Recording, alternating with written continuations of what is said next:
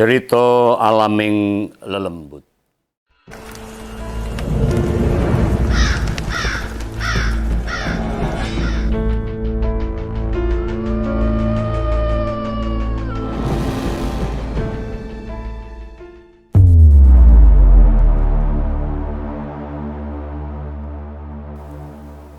Kisah Nyi Blorong,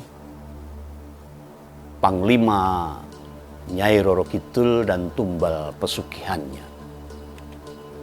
Sosok Nyi Blorong konon selain dikenal sebagai Panglima Perang Kanjeng Ratu Kidul, juga lekat dengan kisah-kisah pesugihan yang selalu menjadi tempat dicarinya orang-orang yang belum selesai dengan diri sendiri, yang masih punya syahwat nafsu untuk menimbun kekayaannya dengan cara instan. Dan tidak sedikit cerita yang mengisahkan para pencari pesugihan meminta kekayaan dari sosok misterius yang berparas cantik dan bertubuh setengah ular itu. Dan mengenai kisah lelembut, dikisahkan mengenai kelahiran Nyi Blorong yang diakui adalah anak dari Kanjeng Ratu Kidul, hingga akhirnya dikenal dengan cerita-cerita pesugihannya yang selalu dicari oleh manusia.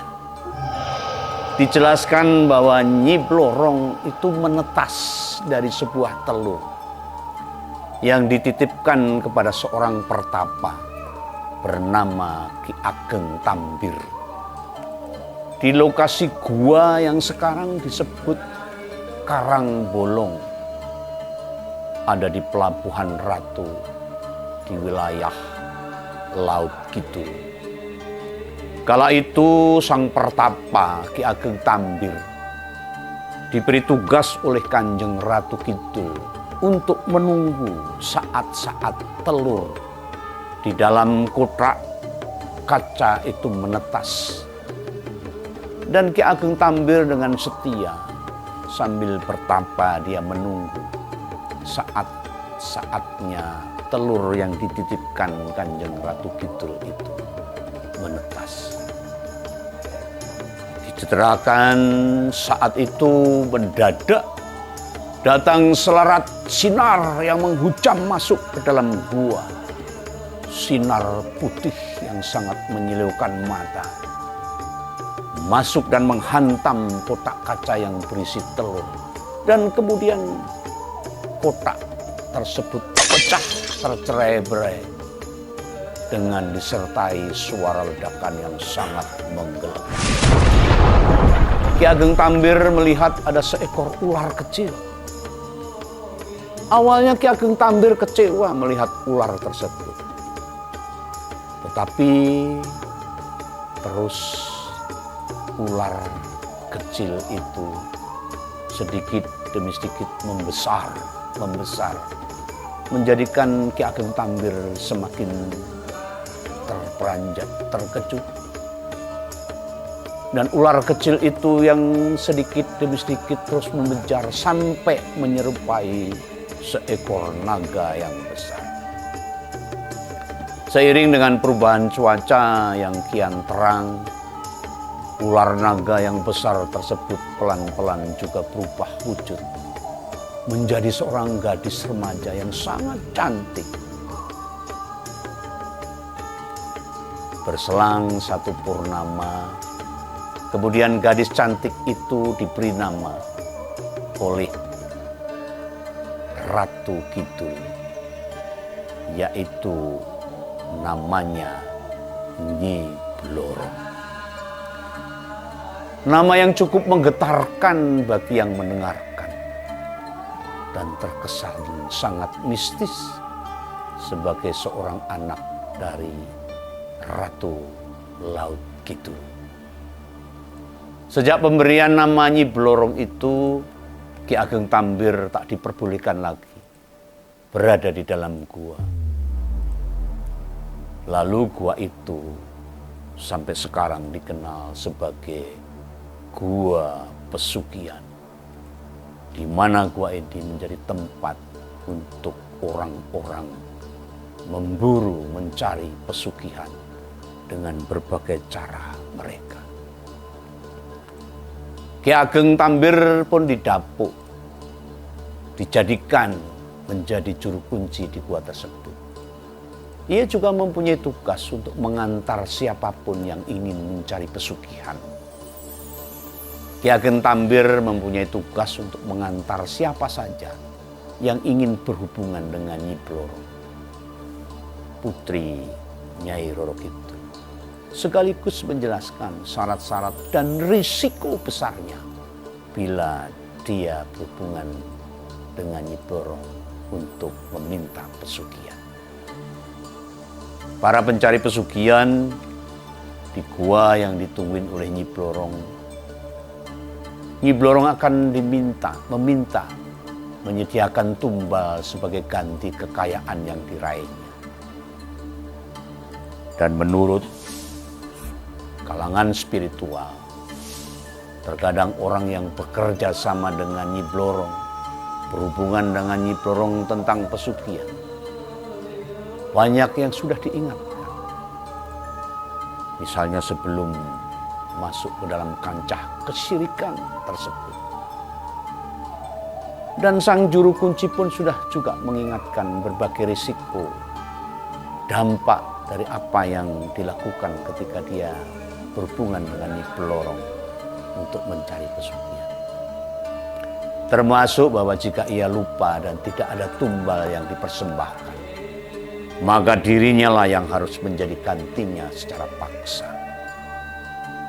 Jika hal ini tidak disanggupi, maka kontrak kerjasama tidak akan berlaku dan semuanya akan sia-sia.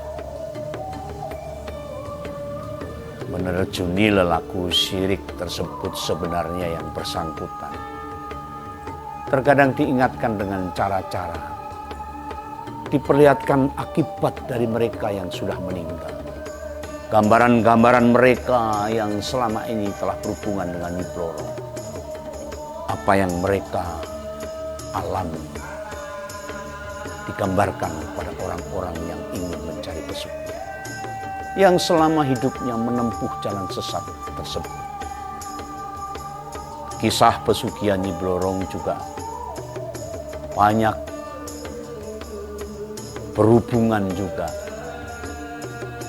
dengan cerita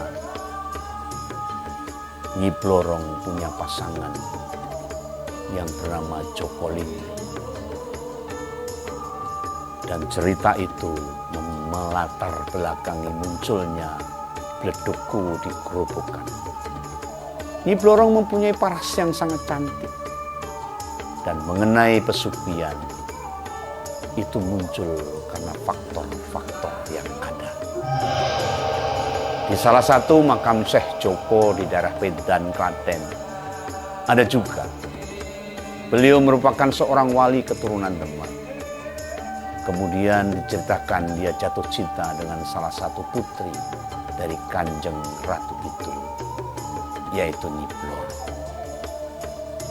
Diceritakan juga cinta dari dua alam yang berbeda itu sangat menuai pertentangan. Syekh Joko pun diminta memenuhi syarat khusus untuk membuat bendungan. Dia harus membuat sebuah bendungan di sungai besar di Pedan, daerah Klaten dalam satu malam. Bendungan itu juga dibuat dari koin-koin emas batangan. Setelah berhasil dibuat, Kanjeng Roro Kidul memerintahkan Nyi Blorong untuk merusaknya kembali. Akhirnya Syekh Joko bertempur dengan Nyi Blorong. Dan Syekh Joko memenangkan pertempuran itu. Sehingga Syekh Joko bisa melakukan pernikahan dengan Nyi Blorong.